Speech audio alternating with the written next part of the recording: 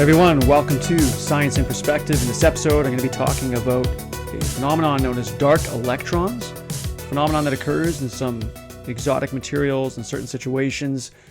And I'll be making the argument in this episode that essentially this speaks to something much broader about science in general, or about nature, more to the point, that I think the overwhelming, if not all, of the properties that we see in nature actually occur in ways that are largely hidden from us, which goes against the kind of the usual scientific approach where we can experimentally probe things, understand presumably causally why that phenomenon arises the way it does. I think the majority of the properties, if not all, that we measure, that we observe, that we experience are actually in this kind of hidden state.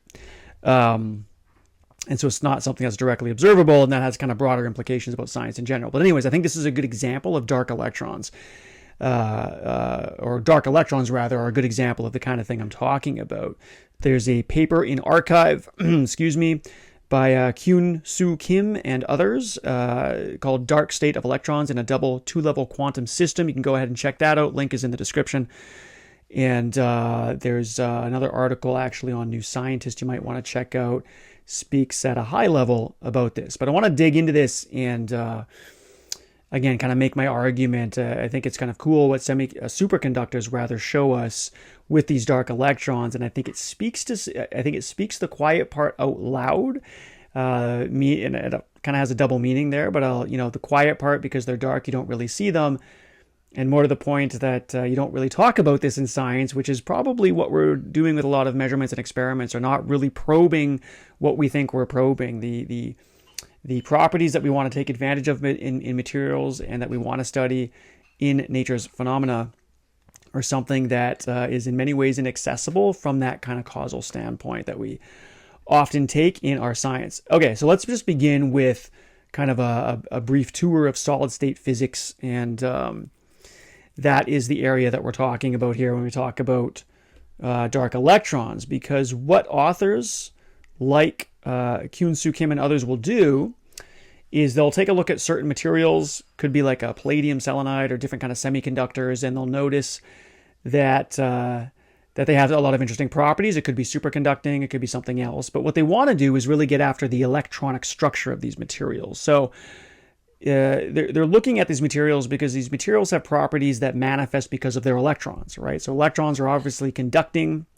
They're manifesting an electric field. They do what we call conducting electricity to some extent. If it's a superconductor, it obviously does that with essentially no friction, so it conducts really, really well. And so how do you study these materials? So there's a number of ways you can do them, and you can do them theoretically by doing electronic structure calculations. So in other words, if you want to know what the electrons are doing, you can use approaches from theoretical physics, theoretical chemistry, things like density functional theory, Hartree-Fock calculations. You basically use as your bedrock quantum mechanical theory to argue and predict what the electrons in that system look like, what they're doing, how they're behaving, kind of where they sit at different energy levels. And if you can get at that, then you can essentially understand, presumably, why the material, let's say, has the properties it has. So condensed matter physics is looking at non-simple systems, basically. It's kind of the physicist's approach to complexity, right? They're taking a look at systems that have many atoms, a lot of interactions, that are taking on, a lot of these have emergent properties, but they want to explain it from a physics standpoint. And so probing the electronic structure of these materials is a good way to do that, because a lot of what is happening emergently is happening with the electrons, right? You've got trillions and trillions and trillions of electrons that come together. Sometimes they're coherent, sometimes they're doing other kind of crazy things. Sometimes they're dark. And so if you can get a handle of the electronic structure, then you can know something about what's happening. So how do they do this? So a number of ways, again, electronic structure calculations, but also things like spectroscopy, right? So the basic idea behind spectroscopy is you're going to take your block of whatever, this material that's interesting, and you're going to shine a light on it. And the electrons are either typically, let's say, going to absorb those photons of light or maybe absorb them and then emit them back, right? So if you can remember even from high school, electrons make transitions, right? Usually you just talk about this at the atomic level. So if you shine a light, let's say on an atom, there'll be an electronic transition from one orbital to another, and then sometimes, let's say it detransitions back down, and when it detransitions back down, it emits a photon of light. So light can be absorbed by material, it can be emitted by material, and so if you use spectroscopy, you're basically trying to look at the spectrum of the material of interest. And that spectrum is going to have, different wavelengths of light that have been emitted, and there's going to be missing gaps in there where it's been absorbed. And that's telling you, presumably, something about the electronic structure, where the electrons are in the materials and what they're doing. Okay, so that's a key part of kind of the experimental side of condensed matter physics, right? Again, condensed matter, lots of atoms, right? It's condensed. These are complex systems. And these systems, in order to try to understand how they behave, you need to essentially know what electrons are doing collectively. And a good way to try to get at that, it would seem, is to use techniques like spectroscopy to see where things absorb and see where they don't, where the electrons are and what they're doing. And then also kind of those electronic structure calculations. Okay, so what does this have to do with like superconductivity and dark electrons? Well, it turns out that as Kuhn, Soo Kim, and others, when they use these spectroscopic techniques, they use a technique called ARPES. You can do other kind of things. You can do like Raman scattering and all this kind of stuff. They're using spectroscopy to look at these materials, and they notice these dark spots where there are supposed to be electrons. In other words, in other ways, they are determining that there are supposed to be electrons in here because they have a good sense of what the electronic structure of this material is, right? So they might, notice that current passes through some level. They might have other spectroscopic techniques. They might have electronic structure calculations. They know there's supposed to be something, let's say, like in the conduction band or something of the material. But when they go to do the spectroscopy and they go to look for what's expected, let's say, electrons are at that level, therefore it should absorb light, therefore there should be some kind of telltale sign of that, or you expect it to emit light, so there should be a telltale sign of that. They don't see that telltale sign. It's dark. All goes dark in those areas. So electrons are supposed to be there, and yet there's this missing information in the spectroscopy, and so these have now been called dark electrons. So what exactly is happening here? Well, there's a number of ways you can kind of theorize about what's happening, but the belief is that there's basically an interference between component wave functions that when they interfere destructively, they kind of cancel each other out, and this is what gives the darkness. So let's step back a little bit, do a little quantum mechanics here just to kind of lay the groundwork so we can understand where this destructive interference is coming from. So any system that you look at from a quantum mechanical standpoint, the reality is that basically we think of it as having a single many-body wave function. So the wave function, as per Schrödinger back in the day, is just a mathematical way to basically characterize everything about the system. So if you're looking at, particularly quantum particles like electrons or photons or phonons, they have an undulating wave property to them. They also seem to have a particle property to them. But if you think about them as a wave, then you can think of that particle as having a wave function. So if you have that mathematical expression, you kind of know everything about the particle, is the idea. Whether or not you can kind of analyze and kind of solve for that wave function is another story, but you believe in the existence of this wave function, right? And as per the Copenhagen interpretation of quantum mechanics, some people, many people, maybe most physicists believe that the wave function is actually a real thing, right? It's not just a mathematical abstraction. But anyways, that's what characterizes the system. Now, you're supposed to, in reality, think of a system as just having one wave function. It's a collective thing. It's a many-body wave function. But that's way too complex, right? You can't really analyze that. You can't be analytical about it. You can't do what physicists like to do, which is to get very kind of mathematical and kind of reductionist about it. So what they do is they need to pick it apart. They need to pick apart that whole many-body wave function into individual pieces. And so there's different ways, I guess, you could do this, but a common approach might be something like a Fourier transform. Just think of it as like a mathematical trick that takes a single function or like a wave and decomposes it into its component pieces. It's kind of like if you had, maybe a guitar string that was vibrating and it gives off a certain note, or maybe a better way to think of this is maybe you strum the guitar and you do all 6 strings. It kind of gives a single sound, right? Even if it's a chord, it's a single sound. But let's say you wanted to know where that single sound came from. You would be like, let's apply a Fourier transform, decompose the individual strings that contributed to it. Or you're listening to an orchestra and you want to know the individual instruments that went into the one sound that you're hearing, right? So they can decompose this, and what they're decomposing it into is what are sometimes called block wave functions.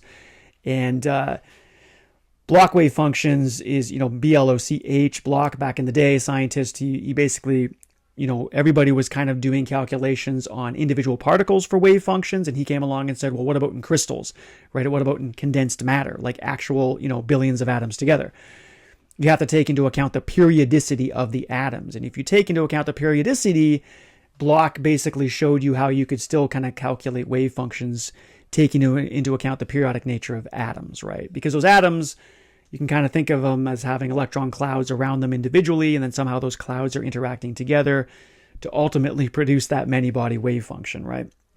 So take the whole system, decompose the many-body wave function into individual pieces, and then the story here is that those individual functions, just like the individual instruments in an orchestra or the individual, let's say, guitar strings on a chord that you're strumming on a guitar, those notes, those modes, if you will, they can interact with each other. And they have to interact with each other to produce the whole many-body wave function, right?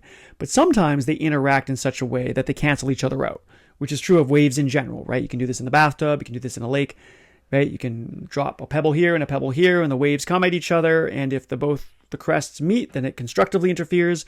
But if a trough meets a crest, they cancel each other out, and that kind of part of the wave disappears. And we can get more into kind of some interesting solid-state physics, a little bit beyond the scope of this episode. But if you're taking a look at, let's say, a crystal with many atoms, and it's got structure to it, right, as per condensed matter, you can define a primitive cell within that crystal, which is the smallest repeatable unit.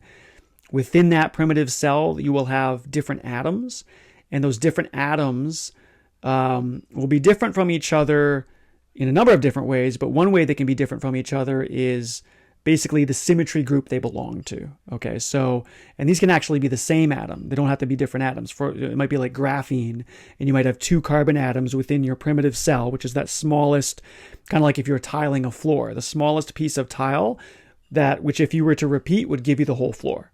Right? You don't need the whole pattern. You just need the one pattern that repeats. That's the primitive cell. So within that primitive cell, you have atoms, kind of like a basis.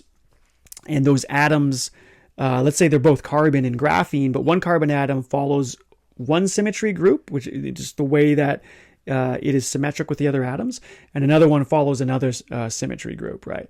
So it's kind of like you can do an operation on it and translate it by symmetry. And there's all these different types of symmetry groups. Anyway, the point is you can distinguish the different atoms by symmetry, okay, which is a common thing to do in physics. And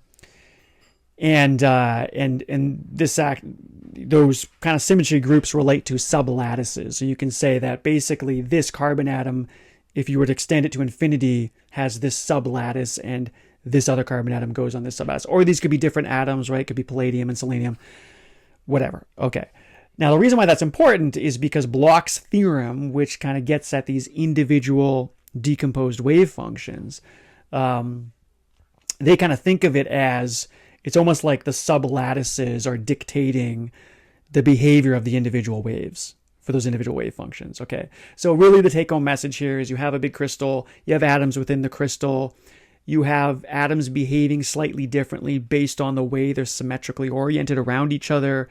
And those symmetries, those orientations dictate how the individual decomposed wave functions are coming together. It's kind of like this is that guitar string, that's that guitar string, that's that guitar string. They're all a little bit different, just like the different guitar strings have different thicknesses to them, right? Different groups of atoms within the full lattice, so the sublattices, are behaving almost like different guitar strings, right? They can interact in a different way. They have different properties. Instead of string thickness, it's like the symmetry group they belong to. So anyway, the dark electrons are, you always have a many-body wave function. That's the reality. But then we do something like a Fourier transform. You produce the decomposed Bloch functions. Those Bloch wave functions, kind of like the little baby wave functions, interfere with each other. And sometimes they interfere in a way that they cancel each other out. And that's why you get these dark states. So those dark states are the electrons that do not interact with the incoming photons from the spectroscopy, which is why they're dark. Okay, so I said at the beginning, there's these experiments going on. They call them dark electrons. It's interesting. I think it speaks to something bigger, something larger that I want to talk about, an argument that I'm going to be making that the overwhelming majority of the way nature works is actually hidden from us. Okay, I said condensed matter physics. We're looking at essentially complex system, lots of atoms, lots of electrons. One way to study those is via spectroscopy. Put a bunch of photons in them, right? Shine laser lights on them, whatever. Sometimes they absorb, sometimes they don't. That helps you understand the electronic structure of the materials. You want to do that because the electrons are dictating the behavior that we're interested in the first place. Sometimes they do that, and even though they know there's supposed to be electrons there from other techniques they use, they're dark. They're not there. What's going on? So then we look at kind of this theory that you get in condensed matter physics, that you have these different atoms following different planes of symmetry, and those dictate the different wave functions that we think are coming together, and some of them cancel out. Okay, so hopefully that made sense. And so that's what dark electrons are. So now what's interesting, and what these authors are suggesting, and some others will say, is that, well, when we take a look at these, let's say it's palladium selenide or some other materials that are, let's say, superconducting, we think that maybe the superconducting is coming from these dark electrons. Like that's where this interesting property emanates from. Because people don't really know exactly where superconducting comes from. It appears to be an emergent phenomenon. It doesn't have a nice causal deterministic explanation to it. We know that it involves something like Cooper pairs, where electrons seem to kind of pair with each other. We believe it's a bunch of electrons collectively forming a condensate. Right? We talked about condensates a couple episodes before. You have Bose-Einstein condensates. You have other ones. In this case, the electrons, basically all the individual wave functions kind of get in phase, and then that one single many-body wave function is this perfectly in-phase thing, and then it allows electrons to move in this frictionless fashion, right? So there's now why would you think, let's say, that the dark electrons are responsible for the superconductivity? Why wouldn't it just be, well, there's some dark electrons in there, but maybe the other electrons are doing the work? Well, superconducting materials seem to form these dark electrons, where maybe they don't see that in other materials. So that's indicative that it might play a role in superconductivity. But they might play the overwhelming role, or maybe even the complete role. And one argument you can make there is that we already know that these dark electrons are immune to external perturbations, right? Or at least some. So an external perturbation would be like shining a light on it or putting a magnetic field on it. Things that would normally kind of interfere with smoothly moving electrons, right, in conductivity. Because superconductivity is believed to be electrons that are basically not messed with, right? They just completely move, completely fluid. There's no friction. It's a frictionless movement, right, within the EM field. So dark electrons, we already know, don't interact with the incoming photons from spectroscopy, right? That's why they're dark. So there's something about them that are not only dark and hidden, but they're kind of non-reactive, right? They don't react with things. They're immune to the different perturbations you might put on the system. And that's what essentially superconductivity is. So that seems to suggest that the dark electrons are really what's responsible for the superconductivity happening in the first place. Okay, so that's dark electrons. That's interesting. They seem to be responsible for superconductivity. Now, what does that have to do with the rest of nature? Because I'm kind of making, I stated that argument at the beginning. Well, I don't think this is just niche little cases and exotic materials. I think this is nature in general. Like, I think nature primarily operates in ways that are hidden from us and that our experiments are not really probing. Now, the rebuttal there would be, okay, but you're just talking about superconductors. So what does that have to do with the rest of nature? Well, I think you need to step back and appreciate this as a general property, right? If you think about what superconductors are telling us, right, every once in a while there's an exotic material or something that we study that kind of says the quiet part out loud. It says, look, if you're looking at an interesting property like superconductivity, it's not coming from the way you normally think of electronic structure. It's not coming from the way you think electrons behave or even what electrons are. It's something completely different. It's something hidden. It's got this other, your spectroscopy can't probe it. And I think that's a general principle writ large, right? If you go to do spectroscopy and you are probing, let's say, individual electron transitions, that's a lens that we're using with which to talk about something. It's not necessarily real. Obviously, something real is happening, but in a way, there's no such thing as individual electrons. I mean, we don't know that for sure, but already quantum mechanically, we know, whether you want to talk about the Heisenberg uncertainty principle or the way that, electrons don't really seem to be localized. They have this smeared out existence as per the wave function. It's already a very smeared out probabilistic thing. And we don't know if there's anything deeper than that, right? We don't know if that's the complete theory or if that's incomplete. But either way, we don't know. So when we shine light on materials to try to understand the electronic structure, that an electronic structure is kind of this reductionist, discrete thing we're talking about, which doesn't necessarily exist in reality, which the superconductors are kind of showing us their hand a little bit. They're kind of saying, yeah, that's kind of what we're saying, right? If the superconductors were talking. If you think about the Fourier transform, right, it's a mathematical trick. It's an abstraction. It's not necessarily a whole lot to do with reality, right? I mean, I'm using the analogies of guitar strings and orchestras. But when you decompose the many-body wave function, that coherent wave is what we know exists. We don't know that it's actually made of individual block wave functions. It's probably something kind of like that, but we don't really know. That's a story that we're telling, right? So I think the superconductors, I don't think this is a thing that just happens in superconductors. I think what the superconductors are showing us is that the way that we kind of reductively analyze things with spectroscopy and define very discrete transitions, decompose waves into individual pieces that seem to kind of be independent and then come together and interact, that's more of a story.